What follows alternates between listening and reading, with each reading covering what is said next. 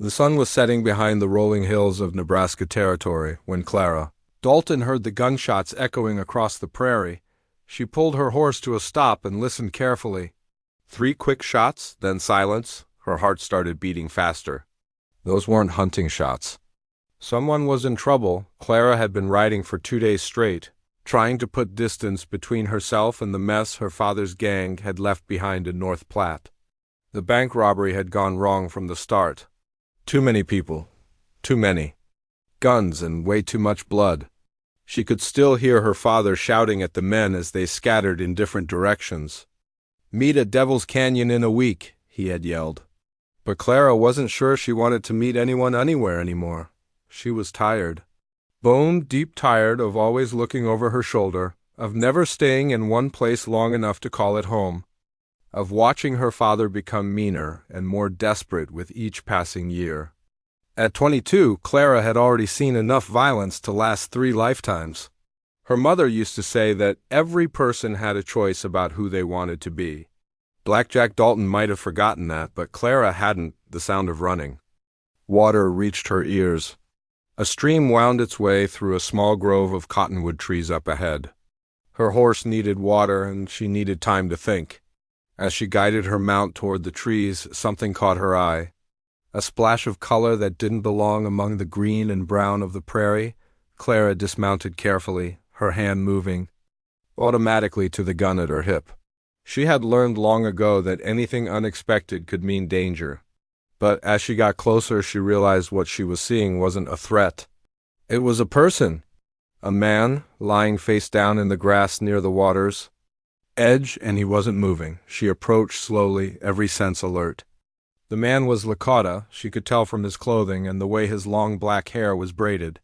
He was young, maybe around her own age, with broad shoulders and calloused hands that spoke of hard work. 3 dark stains spread across the back of his buckskin shirt, blood, fresh blood. Clara knelt beside him and gently turned him over. His face was pale beneath his bronze skin, and his breathing was shallow and quick, but he was alive. She had seen enough gunshot wounds to know these were serious, but not necessarily deadly if treated quickly. The question was, what should she do about it? Out here, helping a wounded Lakota could get her killed. The cavalry had been pushing harder against the tribes, and tensions were running high. If soldiers found her with this man, they wouldn't ask questions first. They would shoot and sort things out later. And if her father's gang found out she had helped an Indian, they would see it as weakness or worse, betrayal. But as she looked down at the unconscious man, Clara found herself thinking about her mother. Again, Mary Dalton had been the kindest woman Clara ever knew, always ready to help anyone who needed it, regardless of who they were or where they came from. "We judge a person by their actions, not their blood," she used to say. Mary had died when Clara was 12, killed by a fever that might have been cured if they hadn't been hiding out in the middle of nowhere, too afraid to seek proper help. The wounded man stirred slightly and let out a soft groan. His eyelids fluttered but didn't open. Clara made her decision. She couldn't just leave him here to die. She worked quickly, checking the area to make sure they were alone before focusing on the wounds. 2 bullets had passed clean through his shoulder and upper arm. The third had lodged somewhere in his back, but not deep enough to hit anything vital. She had learned field medicine from necessity over the years, watching her father's men patch each other up after fights. Her hands were steady as she began cleaning the wounds with water from the stream. The man's eyes opened while she was working on his shoulder. They were dark brown, almost black, and filled with pain and confusion. When he saw her face, his whole body tensed. "Easy," Clara said softly, the way she might talk to a spooked horse. "I'm trying to help you." He said something in Lakota, his voice barely above a whisper. Clara didn't understand the words, but the tone was clear enough. He was asking who. She was probably wondering if she was friend or enemy. "My name is Clara," she said, continuing to clean his wounds. "I found you by the stream. You've been shot 3 times, but you're going to live if you let me help you." The man studied her face for a long moment. His eyes took in her worn clothes, her sun-darkened skin, the gun at her side. Clara knew what he was seeing. A white woman, alone on the prairie, with the look of someone who had lived a hard life. Not exactly the kind of person most folks would trust, but something in her expression must have convinced him she meant no harm, because he nodded slightly and closed his eyes again. Clara took that as permission to continue. Working on the wounds was delicate business. The man drifted in and out of consciousness, sometimes muttering words in Lakota, sometimes crying out when the pain got too bad. Clara found herself talking to him as she worked, partly to keep him calm and partly to fill the nervous silence. "I'm going to have to dig this bullet out," she said when she got to the wound in his back. "It's going to hurt something fierce, but leaving it in there would be worse." She had to make a small fire to heat her knife blade for the operation. The smoke made her nervous, visible as it was across the flat prairie, but there was no help for it. The bullet came out cleanly, and she was relieved to see that it hadn't done as much damage as she had feared. As she bandaged the wounds with strips torn from her spare shirt, Clara found herself really looking at the man for the first time. He was handsome, with strong features and intelligent eyes. His hands, when they weren't clenched in pain, looked capable and gentle. There were small scars on his arms and hands, the kind that came from honest work, not fighting. "What's your name?" she asked when his eyes opened again. "Ayanna," he said, his voice stronger now. He spoke English with only a slight accent, which surprised her. "Ayanna," Clara repeated, trying to get the pronunciation right. "That's a good name. What happened to you out here?" Ayanna was quiet for so long that Clara thought he might have fallen asleep again. When he finally spoke, his voice was bitter. "I was tracking soldiers, blue coats who attacked my cousin's village last month. Killed women and children." He paused, wincing as he tried to shift position. "I wanted to find evidence, take it to the Indian agent, show him what really happened. But they found me first." Clara felt her stomach tighten. She had heard stories about cavalry attacks on Indian villages, but she had never known if they were true or just tales told around campfires. Looking at Ayanna's wounds, she was pretty sure they were true. "Why didn't you go to your people for help?" she asked. "Too far and ... Ayanna hesitated, then seemed to decide to trust her with the truth. "I have been away from my village for many weeks. Some of the elders think I should not have gone looking for justice in the white man's way. They wanted me to seek revenge instead." Clara understood that kind of conflict. She had spent her whole life caught between what her father expected of her and what she knew was right in her heart. By full dark, she had done everything she could for Ayanna's wounds. He was stable, but he needed rest and care if he was going to recover fully. Clara looked around at the small grove of trees. It wasn't perfect, but it was hidden enough to provide some shelter. Water was close by, and there was grass for her. "Horse, we're going to stay here tonight," she decided out loud. "Tomorrow we'll figure out what comes next." Ayanna nodded weakly. "Why are you helping me?" he asked. Clara was quiet for a moment, thinking about how to answer that question. "Because it's the right thing to do," she said finally. "And because I'm tired of seeing too much blood and not enough kindness in this world." As she settled down to keep watch through the night, Clara realized that for the first time in months, she felt like she was exactly where she was supposed to be. Clara woke before dawn to the sound of Ayanna talking in his sleep. She had dozed fitfully through the night, one ear always listening for trouble, but he had been restless for hours now. When she checked his forehead, it was burning hot with fever. "This isn't good," she muttered to herself, dipping her bandana in the cool stream water and placing it on his brow. Ayanna's eyes fluttered open, but they were unfocused and glassy. "My sister," he whispered, his voice thick with delirium. "Winona, where is Winona?" Clara had no idea who Winona was, but she kept her voice calm and soothing. "She's safe," she said, not knowing if it was true but hoping it would give him some peace. "Rest now, you need to get your strength back." Over the next few days, Clara turned their small grove of cottonwoods into a proper camp. She used fallen branches and her spare blanket to create a shelter that would keep the sun off Ayanna during the day and provide some warmth at night. The fever came and went in waves, sometimes leaving him clear-headed enough to talk, other times making him ramble about things she couldn't understand. During his clearer moments, Ayanna proved to be surprisingly easy to talk with. He had been educated at a mission school until he was 15, which explained why his English was so good. But unlike some Indians who had been to white schools and came back changed, Ayanna seemed comfortable with both worlds. "My father wanted me to learn the white man's ways," he told her one morning when the fever had broken temporarily. "He said our people needed to understand both languages, both customs, if we were going to survive what was coming." Clara was changing his bandages, pleased to see that the wounds were healing cleanly. "Sounds like a smart man, your father." "He is the village medicine man, very wise, very patient." "Not like me?" Ayanna winced as she cleaned around the bullet wound. "I wanted to do something about the attack on my cousin's village right away. He told me to wait, to think, to pray about it first. But I was too angry to listen." "Anger can make us do foolish things," Clara agreed, thinking about her own father and all the choices he had made over the years. "But sometimes it can push us to do the right thing too, even if we go about it the wrong way." As the days passed, Clara found herself genuinely enjoying Ayanna's company. When he was well enough to sit up, he began teaching her about the plants that grew wild around their little camp. He showed her which roots could help with pain, which leaves made good tea, and which berries were safe to eat. "This one," he said, pointing to a small plant with heart-shaped leaves. "We call it Wounded Warrior, good for healing cuts and scrapes." Clara examined the plant carefully.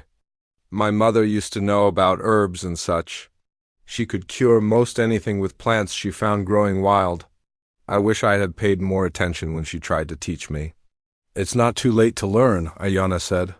"Knowledge like this, it wants to be shared. The plants are still here, waiting for someone to remember their gifts." In return, Clara shared stories of her life on the trail. She told him about growing up in outlaw camps, about learning to ride and shoot before most children learn to read properly. She talked about her mother, who had tried to keep some gentleness and learning alive even in their rough world. "She used to read to me from whatever books she could find," Clara said one evening as they sat by their small fire. "Poetry, mostly. She said beautiful words could help a person remember there was more to life than just surviving." "What happened to her?" Ayanna asked quietly. "Fever took her when I was 12. We were holed up in some godforsaken canyon in Colorado, hiding from a posse. By the time we could risk getting her to a real doctor, it was too late." Clara stared into the flames. "Maybe if we had been living a normal life, with a real home and neighbors who cared, she might have lived. But my father's choices made that impossible." Ayanna was quiet for a long moment. "You blame him for her death." "Some days I do. Other days I think about how hard it must have been for him, trying to keep us all safe and together when the whole world seemed set against us." Clara shook her head. "I don't know anymore. All I know is that I'm tired of running, tired of always looking over my shoulder, tired of never having anything good that lasts." "What would you do if you could choose any life you wanted?" Ayanna asked. The question caught Clara off guard. No one had ever asked her that before. "I don't know," she said honestly. "Maybe have a little house somewhere with a garden. Help people when they're sick or hurt. Have friends who aren't always worried about getting shot or hanged." She laughed, but it sounded sad even to her own ears. "Sounds foolish, doesn't it?" "No," Ayanna said firmly. "It sounds like wisdom." On the 7th day, Ayanna was strong enough to walk around their camp without getting dizzy. His wounds were healing well, and the fever hadn't returned for 2 full days. Clara knew he would be able to travel soon, which meant they would have to decide what came next. That decision was made for them late that afternoon when Clara heard the sound of approaching horses. She grabbed her rifle and motioned for Ayanna to hide behind the shelter they had built. Through the trees she could see 3 riders coming toward the stream. Her heart sank when she recognized them. Tommy Brennan, Pete Rodriguez, and Crazy Eddie Walsh, 3 of her father's men, and 3 of the meanest ones at that. They must have been looking for her since the failed robbery in North Platte. "Clara!" Tommy called out as they got closer. "We know you're in there, girl. Come on out and let's talk." Clara stepped into view but kept her rifle ready. "What do you want, Tommy?" "Your daddy's worried sick about you," Tommy said with a grin that didn't reach his eyes. "Sent us to find you and bring you back safe. Got a new job lined up, needs all his best people for it." "I'm not coming back," Clara said simply. The three men exchanged glances. Pete spat tobacco juice into the dirt. "Now, Clara, you know that? Ain't really your choice to make. You're Blackjack's daughter. That means something. It means I've spent my whole life cleaning up messes I didn't make and running from consequences I didn't earn." Clara replied, her voice steady despite the fear growing in her chest. "I'm done with that life." Crazy Eddie had been scanning the camp while they talked. His eyes narrowed when he noticed the shelter, the signs that someone had been living here for several days. "You ain't been alone out here, have you, Clara? Who else is with you?" "Nobody," Clara lied. "Just me and my horse." "Funny thing," Eddie said, dismounting and walking closer. "Looks like somebody's been taking real good care of you. Got yourself a nice little setup here. Almost like you're playing house with someone?" Clara's grip tightened on her rifle. These men were dangerous on their best days, and they were clearly in no mood to be reasonable.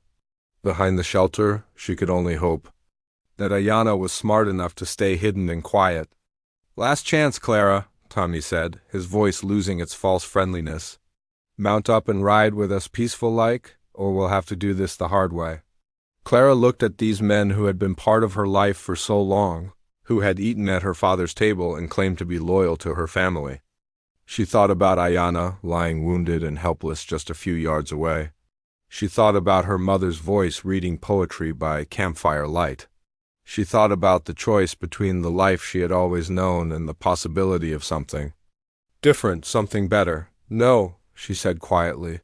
"I'm not going anywhere with you." The three men reached for their guns at almost the same moment. Clara raised her rifle. But before anyone could fire a shot, they heard the sound of more horses approaching fast from the east. Everyone froze, listening. In the distance, Clara could make out the sound of jangling spurs and metal bits. Cavalry. "Well, hell," Tommy muttered, looking around at their exposed position. "Looks like this conversation's gonna have to wait." The three outlaws mounted up quickly and rode off to the north, not wanting to tangle with army patrols any more than Clara did. But as she watched them disappear over the hill, Clara knew they would be back. And next time they might not come alone.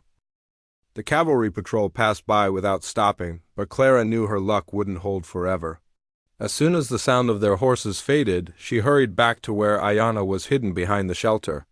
"We need to leave," she said, helping him to his feet. "Those men who were here, they'll be back with more people. This place isn't safe anymore." Ayanna nodded, though she could see the effort it took for him to stand. He was much stronger than he had been a week ago, but he wasn't ready for hard riding yet. "Where will we go?" Clara had been thinking about that while the outlaws were talking. "There's a canyon about 2 days north of here. My father used to use it as a meeting place. It's well hidden with water and grass. We can hole up there until you're completely healed." They packed quickly, taking only what they absolutely needed. Clara helped Ayanna onto her horse, then walked alongside as they made their way carefully out of the cottonwood grove. Every sound made her jump. Every shadow looked like it might be hiding an enemy. The journey to the canyon was harder than Clara had expected. Ayanna tried not to show it, but she could tell he was in pain from the constant movement. They had to stop frequently to rest, and by the second night, Clara was seriously worried that they wouldn't make it before his strength gave out completely. "Maybe we should find another place to rest," she suggested as they made camp in a small draw between two hills. "No," Ayanna said firmly. "I can make it. We need to get somewhere truly safe." That night, as they sat by their small fire, Ayanna told her more about his family. His sister Winona was 2 years younger than him, known throughout their village for her skill with horses and her quick tongue. His father, the medicine man, had taught both his children to see beyond the surface of things, to look for the truth that lay beneath. "Winona always said I thought too much," Ayanna said with a small smile. She would say, "Brother, sometimes you have to stop thinking and just act." Maybe she was right. Maybe if I had acted sooner after the attack on our cousins' village, those soldiers wouldn't have had time to set an ambush for me. Or maybe you would be dead instead of just wounded, Clara pointed out. Sometimes thinking things through is what keeps us alive. They reached the canyon late the next afternoon.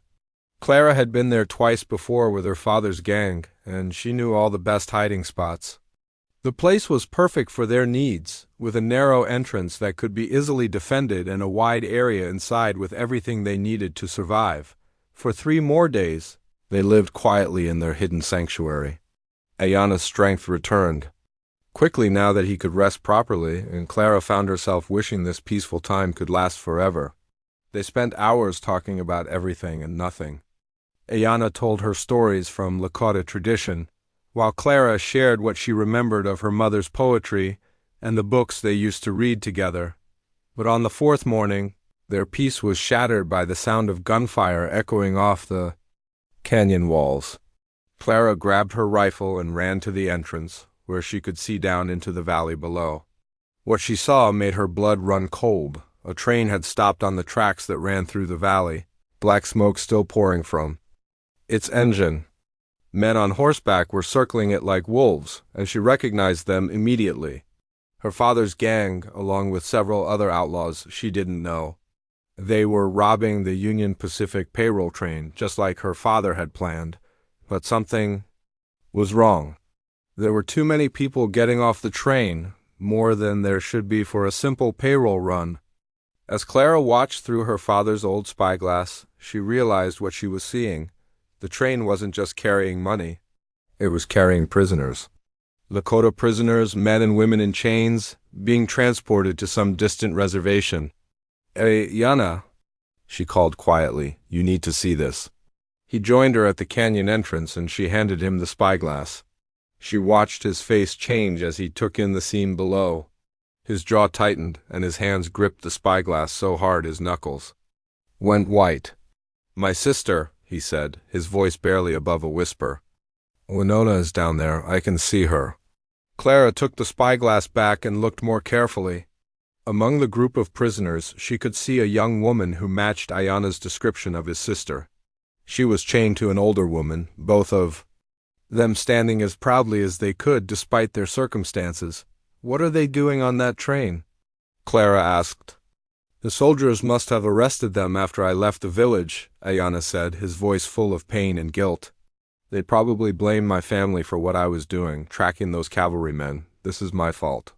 Down in the valley, the robbery was getting more chaotic. Clara's father was shouting orders, but some of the other outlaws seemed more interested in the prisoners than the money. She could see soldiers taking cover behind the train cars, preparing to fight back. "I have to help her," Ayana said, starting to move toward his horse. "Wait," Clara said, grabbing his arm. "You're not strong enough for a fight yet, and there are too many guns down there. You'll just get yourself killed, and that won't help your sister at all." But even as she said it, Clara's mind was racing. There might be a way to help, but it would mean betraying everything she had ever known, everyone she had ever called family. "Stay here," she told Ayana. "I have an idea, but you're not going to like it." Before he could stop her, Clara was running toward her horse. She rode hard down the canyon trail, circling around to approach the train from the side where her father's men wouldn't see her coming right away. Her heart was pounding, but her mind was clear. She knew what she had to do. The robbery was in full swing when Clara reached the train. Her father was at the mail car, forcing the clerks to hand over the money boxes, while his men kept the soldiers pinned down behind cover. The prisoners were huddled together near one of the passenger cars, guarded by 2 nervous-looking outlaws who seemed more interested in the gun battle than their captives. Clara rode straight at those 2 guards, her gun drawn. "Get away from them," she shouted. The guards, recognizing Black Jack's daughter, hesitated just long enough for Clara to get the drop on them. "Throw down your guns and step back." "Clara, what the hell are you doing?" one of them yelled. Instead of answering, Clara turned to the prisoners. Most of them stared at her in confusion and fear, but Winona met her eyes with a look of desperate hope. I'm going to get you out of those chains, Clara called out. But when I do, you need to run for the trees and don't look back. She shot the locks off the chains that held the prisoners together, working as fast as she could. Behind her, she could hear her father shouting her name, could hear the sound of horses coming toward her. Clara, what are you doing? Get away from there. But Clara didn't stop. She continued freeing prisoners, helping them run toward the safety of the forest that bordered the railroad tracks. When she freed Winona, the young woman paused long enough to say, "Thank you. My brother spoke of you." "Tell him to stay in the canyon," Clara said quickly. "Don't let him try to follow me." By now, her father had reached her, his face twisted with rage and confusion. "Have you lost your mind, girl? Those are prisoners of the U.S. Army." "They're people, Pa," Clara said, still helping the last of the prisoners escape. "Women and children who don't belong in chains." Blackjack Dalton stared at his daughter as if he was seeing her for the first time. Around them, his men were loading the last of the money from the train, but the mood had changed. Some of them were looking at Clara with suspicion and anger. "You've betrayed us," her father said quietly. "You've betrayed your own family." "No, Pa," Clara replied, her voice steady despite the tears in her eyes. "I finally remembered what family is supposed to mean." The sound of approaching cavalry reinforcements echoed across the valley. The gang had to move fast now, or they would all be caught. Blackjack looked at his daughter one more time, then turned his horse away. "You're no daughter of mine," he said, without looking back. Clara watched her father and his men ride away, taking with them the only family she had ever known. But as she looked toward the trees where the freed prisoners had disappeared, she felt something she hadn't experienced in years. She felt proud of who she was and what she had chosen to do, though now she was truly alone in the world, wanted by both the law and the outlaws. But for the first time in her life, she was free to choose her own path. Clara rode hard back toward the canyon, her mind spinning with what she had just done. Behind her, she could hear the distant sounds of cavalry horses thundering down the railroad tracks, chasing after her father's gang. But she knew Blackjack was too smart and too experienced to get caught. He would disappear into the Badlands like smoke, taking his men and his stolen money with him. What worried her more was what would happen when word got out about what she had done. Freeing those prisoners hadn't just been an act of rebellion against her father. It was an act of war against the territorial government, against the army, against everything the white settlers stood for. There would be wanted posters with her face on them before the week was out. When she reached the canyon, Ayanna was waiting for her at the entrance, his face tight with worry. "I heard the shooting. What happened? Where is Winona?" "She's safe," Clara said, dismounting quickly. "I freed all the prisoners. They ran into the forest." "Your sister? She said to tell you to stay in the canyon, not to try to follow me." Ayanna stared at her for a long moment. "You freed them? All of them?" "Yes." Clara began pacing back and forth, too agitated to stand still. "I couldn't just watch them being hauled off to some reservation like cattle. It wasn't right. You betrayed your own father for my people?" Clara stopped pacing and looked at him directly. "I betrayed nobody. I did what needed doing. Those people didn't deserve to be in chains any more than you deserve to be shot in the back." But even as she said the words, Clara felt the weight of what she had lost settling on her shoulders. Her father's final words echoed in her mind. "You're no daughter of mine." After 22 years, she was completely alone in the world. They stayed in the canyon for 2 more days, but Clara knew it was only a matter of time before someone found them. Her father knew about this place, and if he was angry enough, he might just tell the authorities where to look for her. Or worse, he might come back himself with some of his men to settle the score. On the 3rd morning, their fears proved justified. Ayanna was the first to spot the dust clouds approaching from the east. Multiple riders, coming fast and straight toward their hiding place. "How many?" Clara asked, grabbing her rifle and checking her ammunition. Ayanna had the spyglass pressed to his eye. 8, maybe 10. They're wearing blue uniforms. Cavalry patrol, with someone riding ahead to guide them. Clara felt her stomach drop. "Someone's told them where to find us." They had maybe 20 minutes before the soldiers reached the canyon entrance. Clara's mind raced through their options. They could try to fight, but they were outnumbered 5-1. They could try to run, but Ayanna still wasn't strong enough for a hard chase, and Clara's horse was tired from all the riding they had been doing. "There's another way out," Clara said suddenly. "My father showed it to me years ago.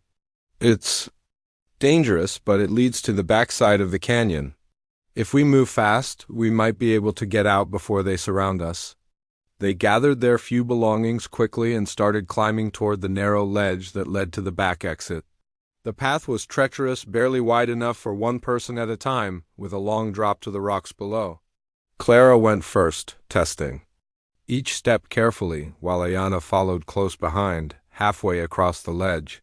They heard voices echoing up from the canyon floor. The soldiers had arrived and were spreading out to search the area.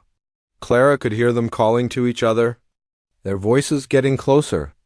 "There's evidence of a camp down here, Lieutenant," one soldier shouted. "Fresh ashes, horse tracks. They were here recently." "Fan out and search every corner," came the reply. They can't have gotten far. Clara and Ayanna pressed themselves against the canyon wall, hardly daring to breathe. If just one soldier looked up at the right moment, they would be spotted for sure.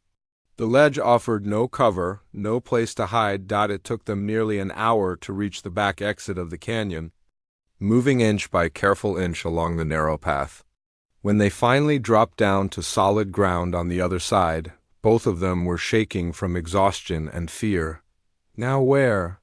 Ayanna asked. Clara looked around at the empty landscape stretching out before them. They were in the middle of nowhere, with limited supplies and no clear destination. But she knew they couldn't stay in this area. Word of the train robbery and her part in freeing the prisoners would spread quickly. Every lawman and bounty hunter in 3 territories would be looking. "For her, we need to get you back to your people," she said. "You can tell them what happened, explain that Winona is safe. Maybe they can help you find her." Ayanna was quiet for a long moment. "What about you? You can't just wander the prairie alone. There are too many people who want you dead or captured." Clara had been trying not to think about that. "I'll figure something out. I always have before." "Come with me," Ayanna said quietly. "Come back to my village." The suggestion caught Clara completely off guard. "I can't do that. I'm white, and I just freed Lakota prisoners from a government train. Your people have every reason to hate me and everything I represent. You saved my sister's life. You gave up everything you had to help people you didn't even know. That matters more than the color of your skin," but Clara shook her head. "It's not that simple, and you know it. The tensions between our people run too deep. I would bring nothing but trouble to your village." They argued about it as they traveled north, staying off the main trails and avoiding any signs of other people. Clara was determined to get Ayanna safely back to his family, then disappear into the wilderness to make her own way. Ayanna was equally determined not to let her face the world alone. 3 days later, they crested a hill and saw the Lakota village spread out in the valley below.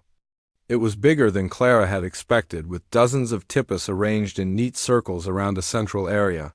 Smoke rose from cooking fires, and she could see people moving about their daily tasks. "Last chance to change your mind," Ayanna said. Clara took a deep breath. "No, this is where we part ways. You go down there and find your family. Tell them about Winona. Help them figure out how to find her. I'll head west, maybe try to make it to California or Oregon Territory." But before either of them could move, a group of riders appeared on the ridge behind them. Clara's heart sank when she saw who it was. Tommy Brennan and 4 other members of her father's gang, all armed and looking like they meant business. "Well, well," Tommy called out as they rode closer. "Look what we found. Black Jack's little trader daughter and her Indian boyfriend." Clara drew her gun, but she knew they were outnumbered and outgunned. "What do you want, Tommy?" "What do you think we want? You cost us a lot of money with that stunt you pulled at the train. Made us all look like fools. Black Jack might be willing to write you off as a loss, but the rest of us ain't so forgiving." Down in the valley, people in the village had noticed the confrontation on the ridge. Clara could see warriors mounting their horses, preparing to ride up and investigate. "You better make this quick," she told Tommy. "Looks like we're about to have company." Tommy glanced down at the approaching Lakota warriors, then back at Clara, his face twisted into a cruel smile. "Perfect, we can settle two problems at once." The next few minutes passed in a blur of gunfire and confusion. The outlaws opened fire just as the Lakota warriors reached the ridge. Clara found herself caught in the middle of a three-way battle, trying to stay alive while bullets whistled past her head from multiple directions. In the chaos, she saw Ayanna take a bullet in the leg and go down. Without thinking, she ran to his side, firing at Tommy's men to keep them back. Around them, the Lakota warriors were fighting with desperate courage, but they were outnumbered and outgunned. Just when it looked like the situation couldn't get any worse, another group of riders appeared on a nearby hill. These wore blue uniforms and carried army rifles. The cavalry patrol that had been hunting Clara had followed their trail and arrived at exactly the wrong moment. Now there were 4 groups of armed men on the same ridge, all shooting at each other, and Clara was trapped right in the middle of it all. She pressed herself against a large rock, pulling the wounded Ayanna behind cover with her, and wondered if this was how her story was going to end. The gunfight on the ridge lasted only minutes, but it felt like hours to Clara. Bullets were flying from every direction as 4 different groups fought each other in a deadly confusion of smoke and shouting. She pressed herself against the rock, keeping Ayanna's wounded form behind cover while trying to figure out how they were going to survive this mess. Then, through all the chaos, she heard a voice shouting in Lakota from down in the village. An older man was riding hard up the slope, calling out orders to the warriors. Something in his commanding tone made even the cavalry soldiers pause their shooting for a moment. "That's my father," Ayanna said weakly, blood seeping through the bandage Clara had quickly wrapped around his leg wound. "He's telling everyone to stop firing." The medicine man rode straight into the middle of the battlefield, completely ignoring the danger. He was an impressive figure, with gray hair braided with feathers and wearing traditional clothes that marked his high status in the tribe. When he raised his hand and spoke again, his own warriors immediately lowered their weapons. "He's calling for a parley," Ayanna translated. "He says there has been enough blood spilled on sacred ground." The cavalry lieutenant seemed confused but willing to listen. Tommy Brennan and his outlaws, however, were having none of it. They kept their guns trained on everyone, ready to start shooting again at the first sign of movement. "I don't parley with no Indians," Tommy snarled. "And I sure don't let them protect my enemies." But the medicine man ignored Tommy completely. Instead, he rode directly toward Clara and Ayanna, his weathered face calm despite the guns pointed at him from multiple directions. "You are the one who saved my daughter," he said to Clara in clear English. "Winona found her way home yesterday.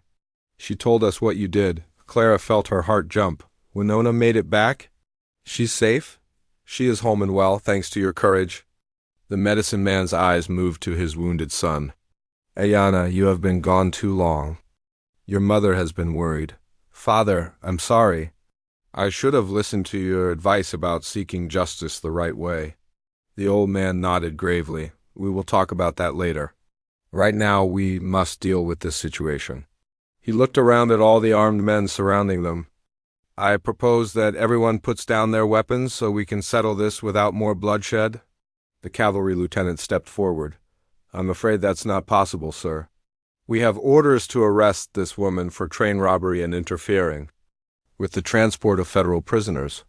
And I got my own business with her," Tommy added, his gun still pointed at Clara. "She cost us a lot of money and made fools of us all." Clara realized that no matter what happened next, she was probably not going to walk away from this ridge. Too many people wanted her dead or locked up. But she was determined that Ayanna wouldn't pay the price for her choices. "I'll surrender," she said loudly, standing up from behind the rock.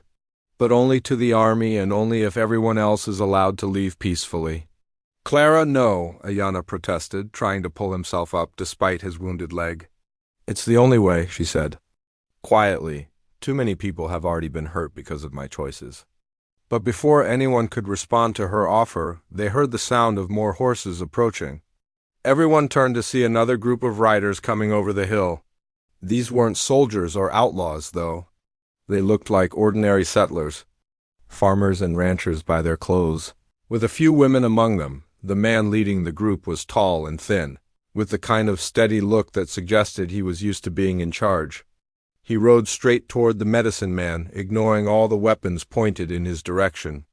"Joseph," he said, nodding respectfully to the older Lakota man, "we heard gunshots from town. Thought you might need some help." Clara was amazed. This white settler was obviously on friendly terms with the medicine man, calling him by his English name and treating him as an equal. "Thank you, Robert," the medicine man replied. "But this is a complicated situation. This young woman helped free some of our people from an army transport, and now everyone wants to punish her for it." Robert looked around at the scene, taking in the outlaws, the soldiers, and Clara standing defiantly in the middle of it all. "The woman who freed the prisoners from the train? We heard about that. Folks in town have been talking about little else for 3 days. She's a criminal," the lieutenant said firmly. "She interfered with federal operations and aided in the escape of prisoners." "Maybe so," Robert replied. "But those prisoners included women and children who were being taken from their homeland without a proper trial. That doesn't sit right with a lot of us." Clara couldn't believe what she was hearing. These settlers were actually taking her side. "Against the army?" Robert continued speaking. "Joseph and his people have been good neighbors to us for years. They've helped us through hard winters, shared their knowledge of the land, traded fairly with our merchants. When we heard that some of their family members were being hauled away in chains, well, it didn't seem right." Tommy Brennan was getting increasingly agitated. "This is all real touching, but I don't care about your neighbor problems. That woman owes us, and we're going to collect." "I'm afraid that's not going to happen," Robert said calmly. Several of the settlers with him moved their hands closer to their own weapons. "This woman has done nothing but help people who needed it. We're not going to stand by and watch her be murdered by outlaws." The standoff stretched on for several tense minutes. Tommy and his men were outnumbered now, but they were desperate and mean enough to start shooting anyway. The cavalry was caught between their orders and a group of armed citizens who seemed determined to protect Clara, the Lakota. Warriors were waiting for word from their medicine man about what to do. Finally, it was Ayana who broke the deadlock. Despite his wounded leg, he managed to stand up and hobble over to his father. "Father, I ask you to grant this woman sanctuary in our village," he said formally, speaking loud enough for everyone to hear. "She saved my life and the life of my sister. By Lakota law, that makes her family." The medicine man looked at his son for a long moment, then at Clara, then at all the armed men surrounding them. When he spoke, his voice carried the weight of absolute authority. "It is granted," he said simply. "This woman is under our protection. Now wait just a minute," the lieutenant protested. "You can't just grant sanctuary to a federal fugitive." "We have treaties with your government," the medicine man replied. "Treaties that give us rights on our own land. This woman saved members of our tribe. That makes her our concern, not yours." Robert stepped forward again. "And we support that decision. Any man who wants to harm this woman will have to go through all of us." Tommy looked around at the faces surrounding him and seemed to realize that the situation had turned completely against him. He was facing an alliance of Lakota warriors, armed settlers, and even some of the cavalry soldiers who seemed uncomfortable with the whole situation. "This ain't over," he snarled, but he was already backing toward his horse. "Black Jack ain't gonna forget what she did." "Tell Black Jack he's welcome to come discuss it with us any time," Robert said mildly. "We'll be ready for him." Tommy and his remaining men rode away, disappearing over the ridge in a cloud of dust and cursing. The cavalry lieutenant looked like he wanted to argue more, but faced with a united front of citizens and tribal members, he finally decided discretion was the better part of valor. "This matter isn't settled," he warned. "There will be consequences." "There always are," the medicine man replied. "But today, justice is more important than law." As the soldiers rode away, Clara found herself surrounded by people she had never expected to call friends. The settlers welcomed her warmly, sharing stories of their own struggles to build new lives in a harsh land. The Lakota warriors nodded, respectfully, acknowledging her courage in freeing their family members. 3 months later, Clara stood in a small valley hidden in the Black Hills, watching Ayana put the finishing touches on the cabin they had built together. It was a simple place, but it was theirs. Around them, other cabins dotted the valley, homes for the small community of outcasts and dreamers who had followed them into this remote sanctuary. There was Robert the settler, who had given up his farm to help build something new. There was Winona, Ayana's sister, who had become Clara's closest friend and taught her more about healing herbs than she ever thought possible. There were former soldiers who had grown tired of fighting, freed. Slaves looking for a place to start over, and even a few reformed outlaws who wanted to try living on the right side of the law. "It's not perfect," Ayana said, coming to stand beside Clara as they looked out over their growing community. "But it's a start." "It's more than I ever dreamed of," Clara replied, taking his hand in hers. "A real home, real friends, a chance to help people instead of running from them." That evening, as the sun set behind the mountains, Clara and Ayana were married in a ceremony that blended traditions from both their cultures. The medicine man spoke the Lakota words while Robert read from a Bible, and the whole community gathered to witness their union. As they danced around the fire under the stars, Clara thought about the long journey that had brought her to this moment. She had lost a family,